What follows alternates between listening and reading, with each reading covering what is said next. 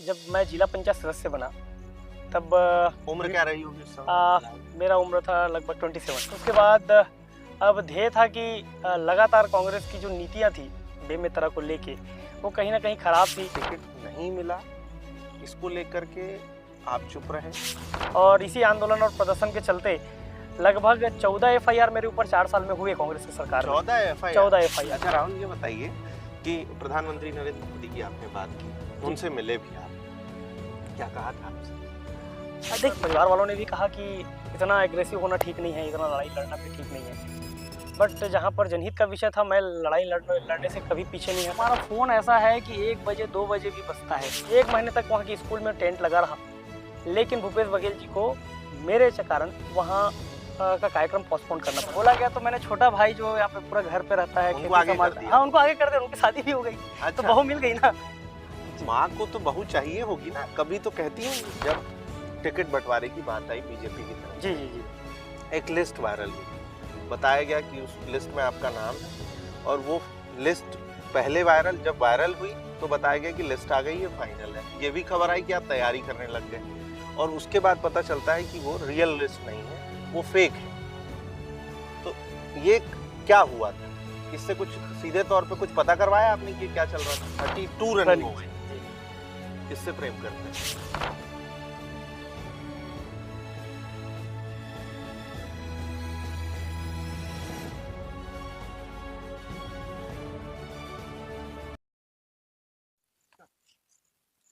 छत्तीसगढ़ के बेमेतरा में पिछले कुछ वर्षों से एक नाम खूब चल रहा है।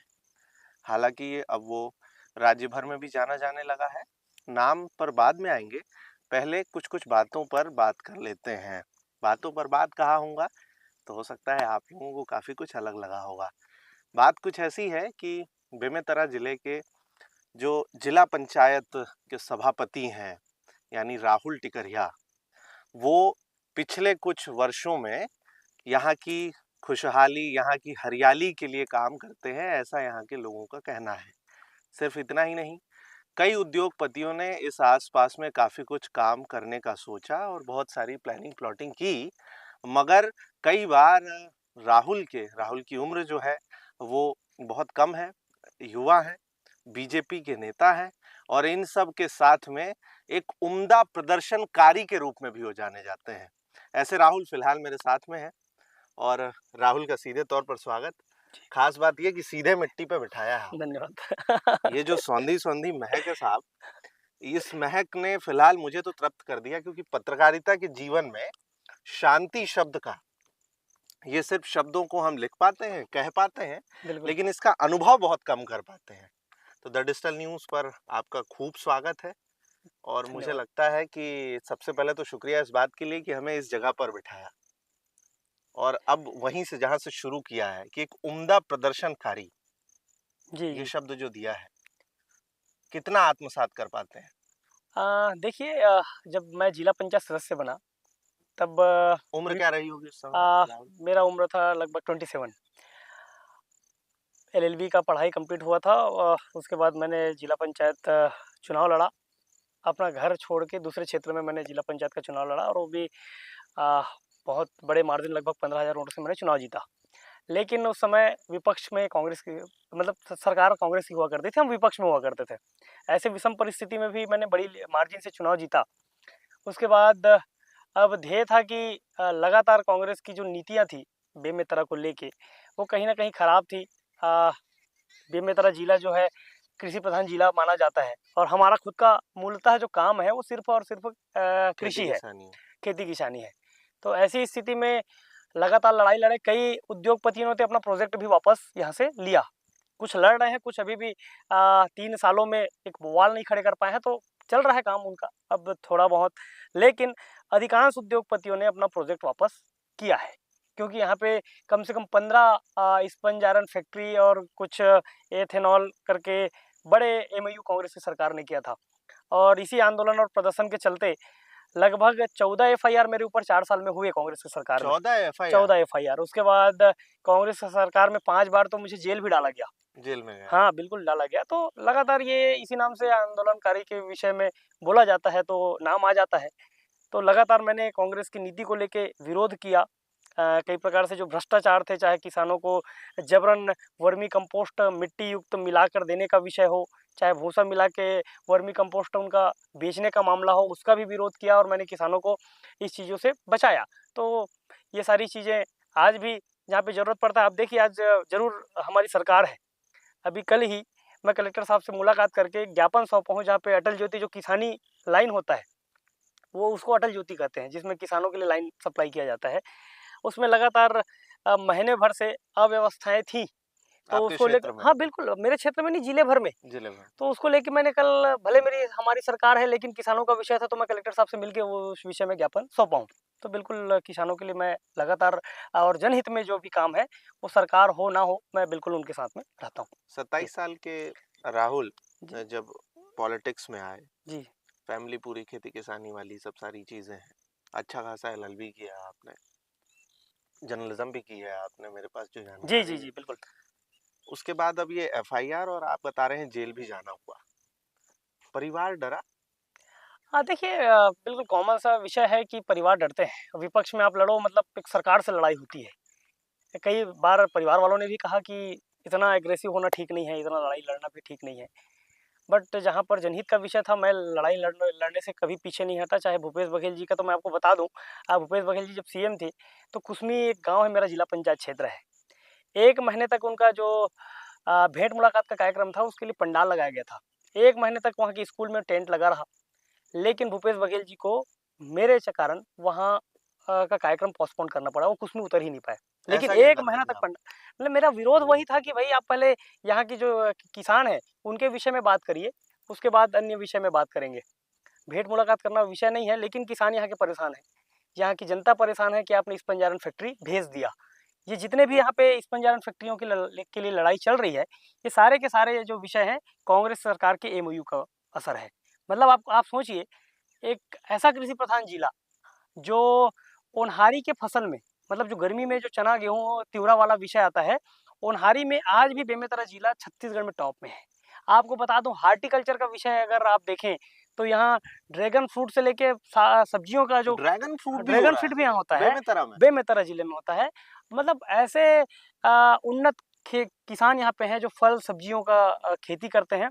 उसका रकबा करीब 80,000 एकड़ का है, अकेले बेमेतरा जिले का।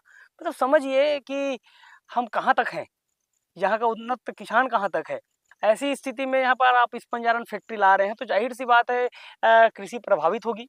तो यही विरोध हुआ करता था मेरा, और उसी विरोध के चलते वो कुसमी मेरे जिला पंचायत क्षेत्र में तो उतर ही नहीं पाए। उनको पंडाल शिफ्ट करना पड़ गया दूसरी जगह। और कठिया मेरे जिला पंचायत क्षेत्र में जब वो पहुँचे, तो वहाँ की जनता जो है आज भी परेशान है, क्योंकि वो कांग्रेस सरकार में जो नीति थी, बिजली बिल वाला विषय, आज भी कई लोगों को 50,000 1 लाख रुपए तक का बिजली का बिल दिया गया है। उसके लिए हम लड़ाई लड़ते रहे, और जब वहाँ पे भूपेश बघेल जी आए, तो मैंने वहाँ के ग्रामीणों के साथ में बड़ा प्रदर्शन किया। उनके भेंट मुलाकात के दौरान मैं करीब 250 काले गुब्बारे छोड़ दिया। उसमें भी मुझे 4 दिन का जेल हुआ था। तो ज़ाहिर-सी बात है, जहाँ पर भी गलत होगा उसमें हम सामने रहेंगे। आज भी मैंने बताया आपको उदाहरण में कि जहाँ पर भी किसानों की समस्या होती है, तो मैं बिल्कुल कलेक्टर साहब को बिल्कुल समय नहीं लगाता कि हाँ, मुझे ये समस्या है, या मंत्री जी को जाके ज्ञापन देने में कतई देरी नहीं करता कि हमारी सरकार है फिर भी चुप रहें। बिल्कुल जहाँ पे आवश्यकता है हम बिल्कुल ज्ञापन देते हैं, और जहाँ जितना मुझसे पॉसिबल हो किसानों के विषय में, मैं सॉर्ट आउट करने का प्रयास करता हूँ। एक जी, मामले में क्या चुप रह गए थे आप? जी, वो मामला है, बीते दिनों सबसे ज्यादा चर्चाओं में इसलिए भी राहुल आए, छत्तीसगढ़ भर में और बाहर भी डिस्कशन हुआ, जब टिकट बंटवारे की बात आई बीजेपी की तरफ जी, से। जी, जी। एक लिस्ट वायरल हुई, बताया गया कि उस लिस्ट में आपका नाम है, और वो लिस्ट पहले जब वायरल हुई, तो बताया गया कि लिस्ट आ गई है, फाइनल है। ये भी खबर आई कि आप तैयारी करने लग गए, और उसके बाद पता चलता है कि वो रियल लिस्ट नहीं है, वो फेक है। तो ये क्या हुआ था? इससे कुछ सीधे तौर पे कुछ पता करवाया आपने कि क्या चल रहा था? नहीं, देखिए, वो सूची को तो वायरल सूची कहा जा रहा था, लेकिन जब टिकट का वितरण हुआ, संगठन जैसा निर्णय लेगी, हम साथ में सदैव रहें, और संगठन ने जो निर्णय लिया, जिनको यहाँ पर टिकट प्रत्याशी बनाया गया, हमने उनका साथ दिया, और जहाँ हमें ड्यूटी लगाई गई, हमने वहाँ पर भी जाके काम किया। अब वो जो विषय है कि वो टिकट जिसको कहा जाता था मीडिया के द्वारा कि वायरल सूची है, ये अधिकृत सूची है, अब वो उस पर मुहर तो संगठन ही लगा सकता था। लेकिन वो जो वायरल सूची थी उसमें से सिर्फ राहुल नहीं, पंडरिया से विशेषर पटेल जी रहे, रजनीश सिंह जी वो सिटिंग एमएलए थे बेलतरा, उनका भी नाम था। तो 3 जो नाम थे वायरल सूची से बिल्कुल बदले गए। तो संगठन का ये निर्णय रहता है, और ये वायरल सूची थी नहीं थी वो संगठन तय करेगा। बाकी संगठन ने जो हमें दायित्व दिया, जो हमें ड्यूटी दी और जो आदेश किया, हम संगठन के साथ हैं, और किसी भी प्रकार से इसमें बोलने की आवश्यकता नहीं है। संगठन जिस दिन उचित लगेगा उस दिन हमारे लिए निर्णय कर लेगी। टिकट मिलना आपको तय माना जा रहा था। मेरा सवाल ये है कि टिकट नहीं मिला, इसको लेकर के आप चुप रहे?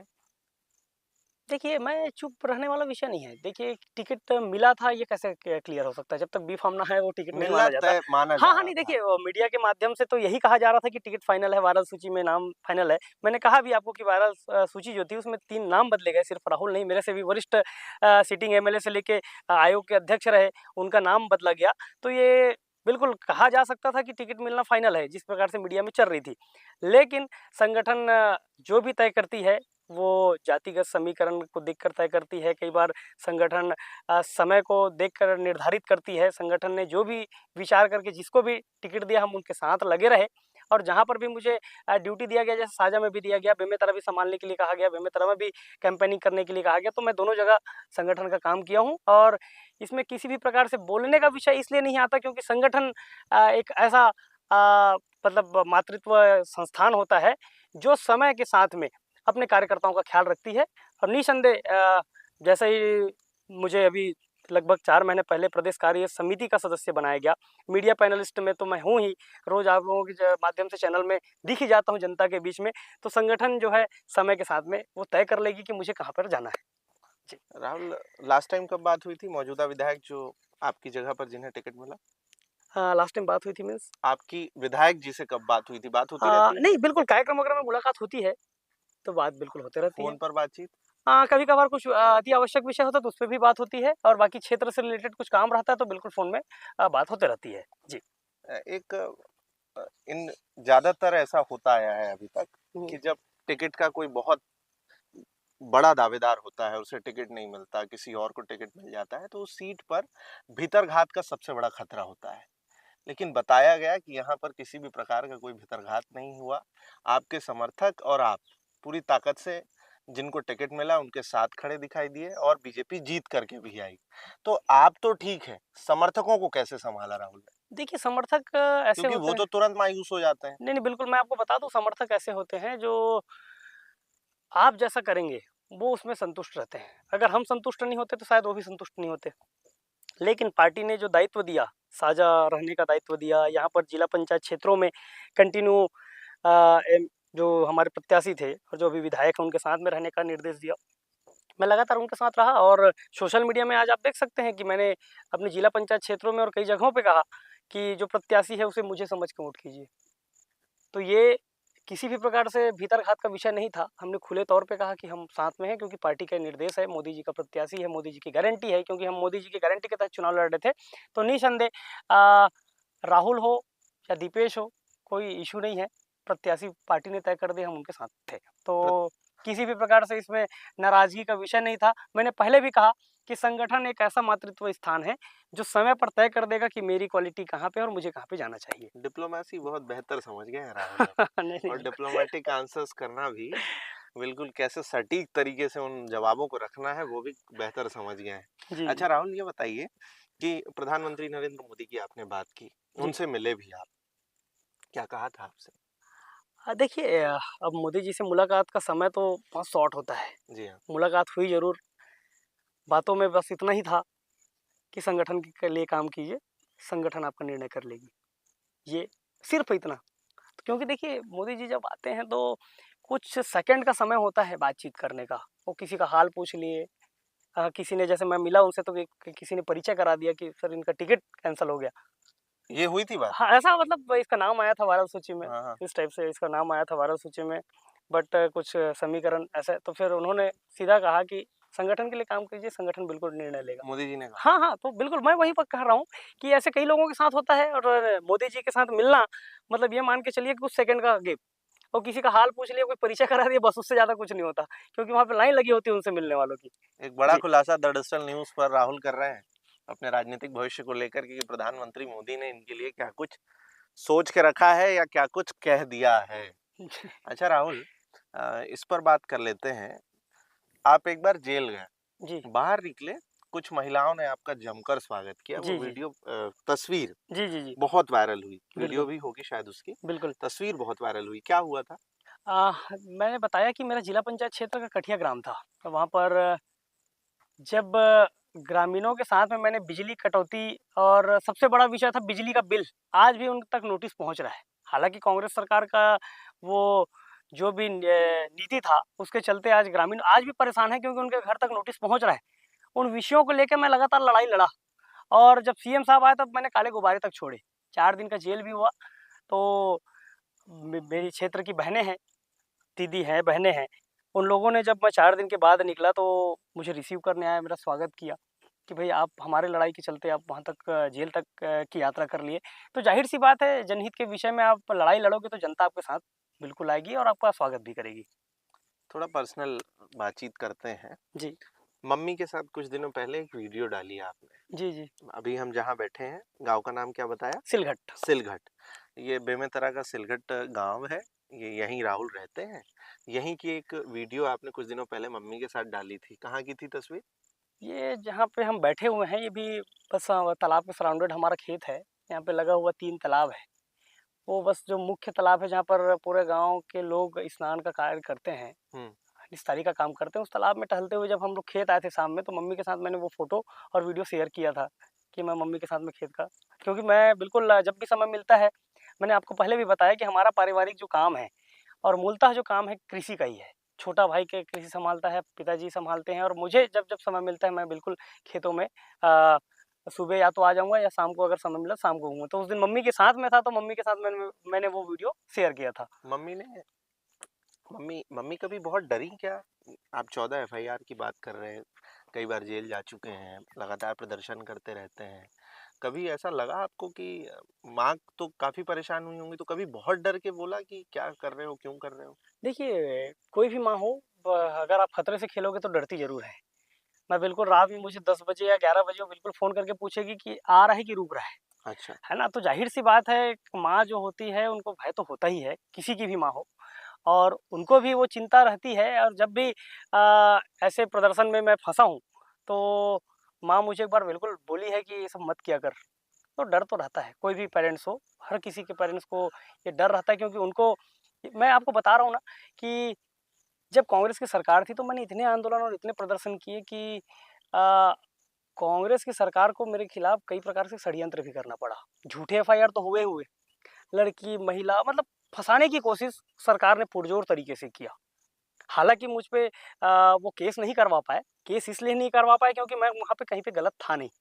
लेकिन फर्जी एफआईआर करने में ये सरकार जो कांग्रेस की सरकार रही और वहाँ के जो पूर्व यहाँ के जो पूर्व विधायक रहे वो पीछे नहीं रहे क्योंकि गृह मंत्री जी के साथ ही माना जाता था उनको और जैसा पाया वो वैसा उन्होंने था मतलब कोर्ट कचहरी और थाना में खेल किया था। व्यक्तिगत बातों पर थे या पॉलिटिकल पर ले जा रहे हैं, वापस आपको खींच करके लेके आता हूँ। बात ऐसी है कि अभी आपकी उम्र क्या है? अभी 32 रनिंग 32 रनिंग रनिंग हो गई। जी, जी। किससे प्रेम करते हैं?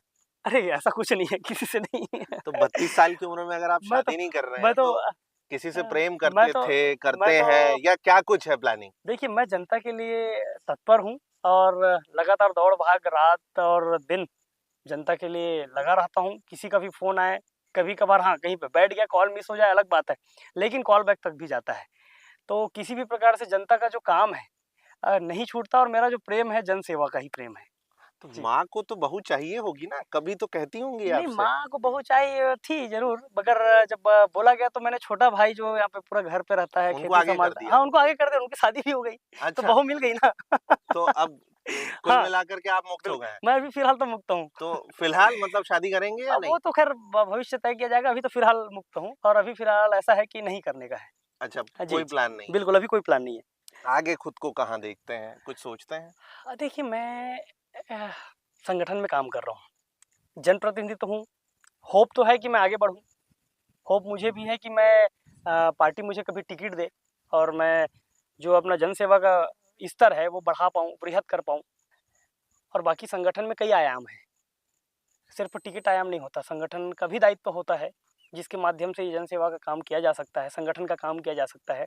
तो संगठन जो तय करेगी वो अ, सराखों पे रहेगा और जैसा भी निर्देश करेगी हम काम करेंगे। संगठन के जैसा भी आदेश है हम पहले भी काम कर रहे हैं और आगे भी करेंगे। बस निर्णय का इंतज़ार है कि संगठन हमें क्या आदेश करती है। आप सभापति हैं? बिल्कुल। क्या-क्या ज़िम्मेदारियाँ हैं आपकी? देखिए, अब एक्चुअल में मेरा जो जिला पंचायत क्षेत्र है वो 32 गाँव का है और जो कुछ सबसे बड़े-बड़े जो गाँव हैं जिले के, जैसे कुसमी है, 10 बूथ उस टाइम हुआ करता मैं था। पहले ज़िम्मेदारियों पर पूछ हाँ, रहा हाँ, हूँ। हाँ। ज़िम्मेदारियाँ क्या-क्या बिल्कुल, होती हैं सभापति की? देखिए मैं वही बताना चाह रहा हूँ। हो एक तो सकता है जितने हमारे दर्शक देख हुँ, रहे हुँ, हों, हुँ। कइयों को हाँ, हाँ, हाँ। सभापति के बारे में ही नहीं पता नहीं होगा देखिए, कि मैं वही ज़िम्मेदारियाँ बता क्या रहा हूँ। होता है। देखिए, सबसे पहले तो जिला पंचायत का सदस्य का चुनाव लड़ना पड़ता है। मैंने इलेक्शन लड़ा, मैंने बताया भी कि मेरा घर जिला पंचायत क्षेत्र में नहीं आता। मैं घर को छोड़ के दूसरे जगह जिला पंचायत का चुनाव लड़ा हूँ, क्षेत्र क्रमांक 13 पड़ता है, मेरा जो है क्षेत्र क्रमांक 14 पड़ता है। सदस्य का चुनाव लड़ा, 32 गाँव हैं और बड़े-बड़े गाँव हैं मेरे क्षेत्र में, कुसमी है सबसे बड़ा गाँव जिले का और संभाग का भी सबसे बड़ा गाँव है। ऐसे राका, कठिया, आनंदगाँव, कुड़मुड़ा, बड़े-बड़े गाँव, पाहंदा वगैरह करके मेरे जिला पंचायत क्षेत्र में है, तो 32 गाँव का ये मेरा क्षेत्र है। यहाँ पे मैं इलेक्टेड होके लगभग 15,000 वोटों से मैं जिला जिला पंचायत का सदस्य बना। उसके बाद जब चुनाव होता है सदस्यों के बीच में, तो वहाँ पे अध्यक्ष बनते हैं, उपाध्यक्ष बनते हैं और विभागों के सभापति बनते हैं। तो मुझे संचार संकल्प का सभापति बनाया गया। ये जो संचार संक्रमण होता है, इसमें निर्माण से संबंधित सारे विभाग आते हैं।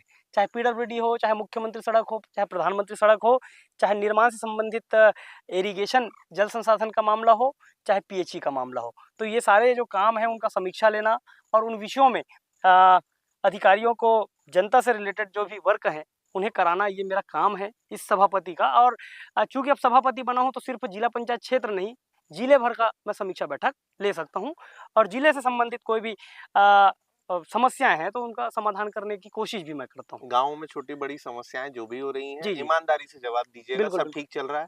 देखिए कुछ चीज़ें ऐसी हैं गाँव में जिसको आप नहीं सँभाल सकते। वो गाँव के स्तर में ही सँभाला जा सकता है। ग्राम सभा होता है गाँव में, ग्राम पंचायत होता है गाँव में। कई ऐसे मसले होते हैं जिन पर हमारा आधिपत्य नहीं होता। हम सिर्फ़ आग्रह कर सकते हैं। तो वहाँ पर जो भी निर्णय लेना होता है गाँव का होता है, मगर हाँ, जहाँ पर मेरा विषय होता है और जहाँ पर मेरे बोलने से काम हो जाता है, तो वो काम हम करते हैं और वो करते आ रहे हैं। चाहे रात को 2 बजे करना पड़े। बिल्कुल, मैं तो बता रहा हूँ आपको, रात हमारा फ़ोन ऐसा है कि 1 बजे, 2 बजे भी बजता है। किसी को इमरजेंसी हो, हॉस्पिटल का रिलेटेड मामला हो, मैं आपको बता दूँ अभी ज़्यादा दिन का विषय नहीं है। अ, यहाँ का लोकसभा कैंपेनिंग कंप्लीट हो गया था। यहाँ के नेताओं की ड्यूटी लगी हुई थी झारखंड में। स्वास्थ्य मंत्री हैं श्याम बिहारी जायसवाल जी, उनकी भी ड्यूटी लगी थी झारखंड में। करीब मैंने साढ़े 12 1 बजे उनको परेशान किया। देर रात। हाँ, देर रात, वो भी मेरा फ़ोन बाकायदा प उठाया और उसके बाद अपने यहाँ जो ओएसडी हैं उनको बोला कि राहुल से बात करके वो जो विषय है उस पर सॉर्ट आउट कीजिए। तो एक विषय था एक्सीडेंट वाला, जिनको एम्स रेफ़र किया गया था, लेकिन जो पेशेंट है, उनको वार्ड में शिफ्ट नहीं किया जा रहा था। तो परिवार वालों का फ़ोन आया तो मैंने मंत्री जी को परेशान किया, क्योंकि मंत्री जी के साथ ही मैंने भाजपा में किसान मोर्चा के प्रदेश अध्यक्ष थे, मैं प्रदेश का मीडिया प्रभारी था, उन्हीं के साथ स्टार्ट किया हूँ। तो उन्होंने फ़ोन भी उठाया और बाकायदा उस चीज़ को सॉर्ट भी किया और उनको तत्काल वार्ड में शिफ्ट भी करवाए। तो ऐसा हम भी परेशान होते हैं, दूसरे को भी परेशान करते हैं। 33 साल के युवा कह लेते हैं, शादी का प्लान अभी तक किया नहीं है, आगे क्या होगा इस पर कुछ ख़ास बोल नहीं रहे हैं। राजनीति को लेकर के कितनी परिपक्वता, मैच्योरिटी के साथ लगातार एक से एक जवाब देते दिखे और इसी से आप लोग समझ गए होंगे कि आगे आने वाले समय में किस तरीके की राजनीति करेंगे राहुल, वो भी आप लोगों को बेहतर समझ में आया होगा। तालाब पर बैठ कर के आस-पास में खेत है, इन खेतों के बीच जो बातचीत हुई वो आप लोगों ने सुना। राहुल, बातचीत के लिए बहुत शुक्रिया। विवान जी, आपका बहुत-बहुत धन्यवाद जो आप हमारे गाँव तक पहुँचे और हमारे तालाब के किनारे बैठे। ये द डिजिटल न्यूज़ ने बीड़ा उठाया है जी। कि हर उस इंसान तक, हर ज़िम्मेदार तक, हर उस व्यक्ति तक पहुँचना है, जिसकी बातचीत सब तक पहुँचाने की ज़रूरत है। जी, जी, जी। तो ऐसी ही बातचीत लगातार करते रहेंगे। अंकित, कैमरा मेरे तरफ ले आइए और द डिजिटल न्यूज़ पर फ़िलहाल छत्तीसगढ़ के बेमेतरा में बैठा हुआ हूँ। हो सकता है कुछ दिनों में अब भोपाल पहुँचूँ। ऐसे ही अलग-अलग खबरें, इस तरीके के इंटरव्यूज़ पहुँचाते रहने का प्रयास है। लेकिन प्रयास में हम कितना सफल हो रहे हैं, और किस तरीके के प्रयास हम करें, इसके लिए कमेंट बॉक्स पर मेरी और कैमरे के उस पार जो अंकित है ना, हम दोनों की निगाहें टिकी मिलेंगी आप लोगों को। तो कम से कम बगैर देर किए खुलकर लिख दीजिए वहाँ। इस पूरे इंटरव्यू को देख करके कैसा लगा, इसके लिए भी कमेंट बॉक्स का उपयोग करिए। फिलहाल छत्तीसगढ़ के बेमेतरा के एक गांव से आप सबका विवान और कैमरे के उस पार अंकित।